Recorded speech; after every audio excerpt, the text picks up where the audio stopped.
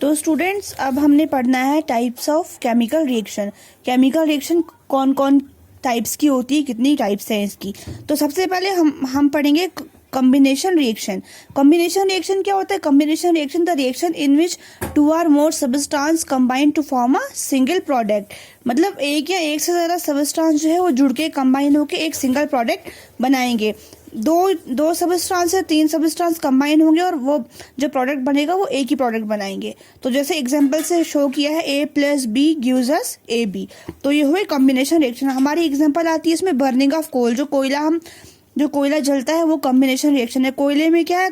Carbon plus oxygen, ये एक substance है, एक दूसरा सबस्टांस है। ये दोनों रिएक्ट होके रिएक्शन के बाद जो है एक सिंगल प्रोडक्ट कार्बन डाइऑक्साइड जो है बनाते हैं। इस तरह से फॉर्मेशन ऑफ वाटर, हाइड्रोजन और ऑक्सीजन जो है कंबाइन होके सिंगल प्रोडक्ट वाटर बनाते हैं। तो ये कॉम्बिनेशन रिएक्शन है।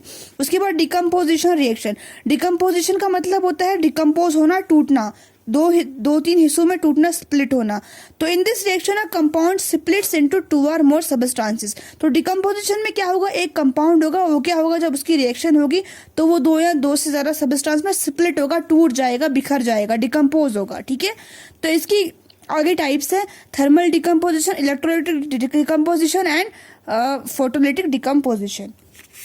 अब हम इनको वन बाय वन करके पढ़ते हैं। तो पहला है हमारा थर्मल डिकम्पोजिशन। जैसे कि ए प्रोडक्ट, हमारा सबस्टांस ए है, इससे डिकम्पोज होकर हमें प्रोडक्ट बी एंड सी दे रहा है। तो थर्मल डिकम्पोजिशन में क्या होगा?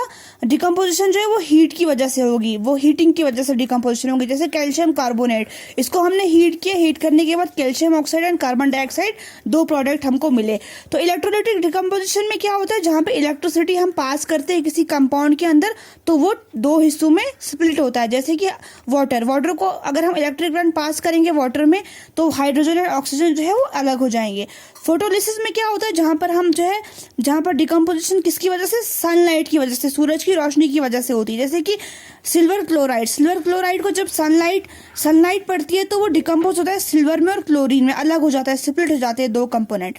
तो जो ये एबो रिएक्शन है, जो सिल्वर क्लोराइड वाली रिएक्शन है, ये कभी कभी ऑब्जेक्टिव में पूछी जाती है। तो ये जो है रिएक्शन कहाँ यूज होती है? Black and white photography.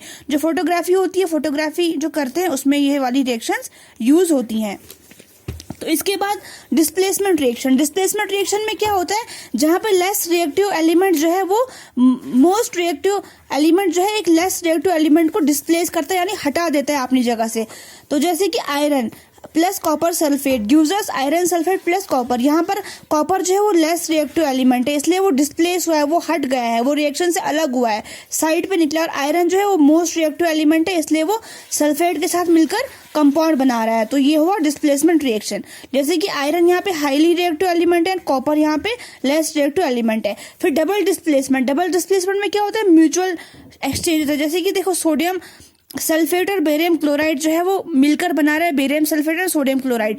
यहाँ पर सोडियम जो है वो क्लोरीन के साथ मिलकर सोडियम क्लोराइड बना रहा है और बेरियम जो है वो सल्फेट के साथ मिलकर ये बेरियम सल्फेट बना रहा है। तो ये म्यूचुअल एक्सचेंज होता है यहाँ पर, डबल डिस्प्लेसमेंट। यहाँ पर दो कंपाउंड के जो है वो डिस्प्लेस हो जाते हैं, एक दूसरे को डिस्प्लेस करते हैं। उसके बाद हमारे टाइप्स ऑफ रिएक्शन में आता है ऑक्सीडेशन एंड रिडक्शन। तो ऑक्सीडेशन रिएक्शन क्या होती है? जहां पर या तो ऑक्सीजन का एडिशन होगा, ऑक्सीजन जो जमा हो जाएगी उसमें, या तो निकाली सब्ट्रैक्ट होगी, रिमूव होगी हाइड्रोजन। तो या तो एडिशन होगी ऑक्सीजन की, या तो हाइड्रोजन की रिमूवल होगी, तो उसको बोलते हैं ऑक्सीडेशन। और रिडक्शन में बिल्कुल इसका अपोजिट होता है। रिडक्शन में क्या होता है? रिडक्शन में या तो एडिशन होगी हाइड्रोजन की, या तो रिमूवल होगा ऑक्सीजन का। रिडक्शन एंड ऑक्सीडेशन एक दूसरे के अपोजिट है, बिल्कुल अपोजिट है। तो ऑक्सीडेशन से कॉपर में हमने ऑक्सीजन ऐड किया, कॉपर ऑक्साइड बना। तो कॉपर ऑक्साइड में हमने हाइड्रोजन ऐड किया तो कॉपर एंड वाटर बना। तो ये ऑक्सीडेशन रिएक्शन है, यहाँ पे ऑक्सीजन ऐड हो रहा है। ये रिडक्शन रिएक्शन है, यहाँ पे हाइड्रोजन ऐड हो रहा है। तो ये दोनों एक दूसरे के बिल्कुल अपोजिट है। ऑक्सीडेशन एंड रिडक्शन रिएक्शन एक दूसरे के अपोजिट रिएक्शंस है। फिर एक्सोथर्मिक रिएक्शन क्या होती है? एक्सोथर्मिक रिएक्शन होती है जहाँ पे एक ऐसी केमिकल रिएक्शन जहाँ पर जो है हीट, जहाँ पर कोई भी प्रोडक्ट बनने के साथ साथ हीट भी इवॉल्व होती है। जैसे कि बर्निंग ऑफ नेचुरल गैस। जो नेचुरल गैस जब जलती है तो वहाँ पर क्या होता है? वहाँ पर प्रोडक्ट बनने के साथ साथ वहाँ पर हीट भी निकलती है इन द फॉर्म ऑफ एनर्जी। फिर एंडोथर्मिक रिएक्शन क्या होता है? जहां पर हीट निकलती नहीं बल्कि हीट जो है वो एब्जॉर्ब होती है, हीट जो है यूज होती है। The reaction in which the reaction which requires energy in the form of heat, light and electricity are called endothermic reaction.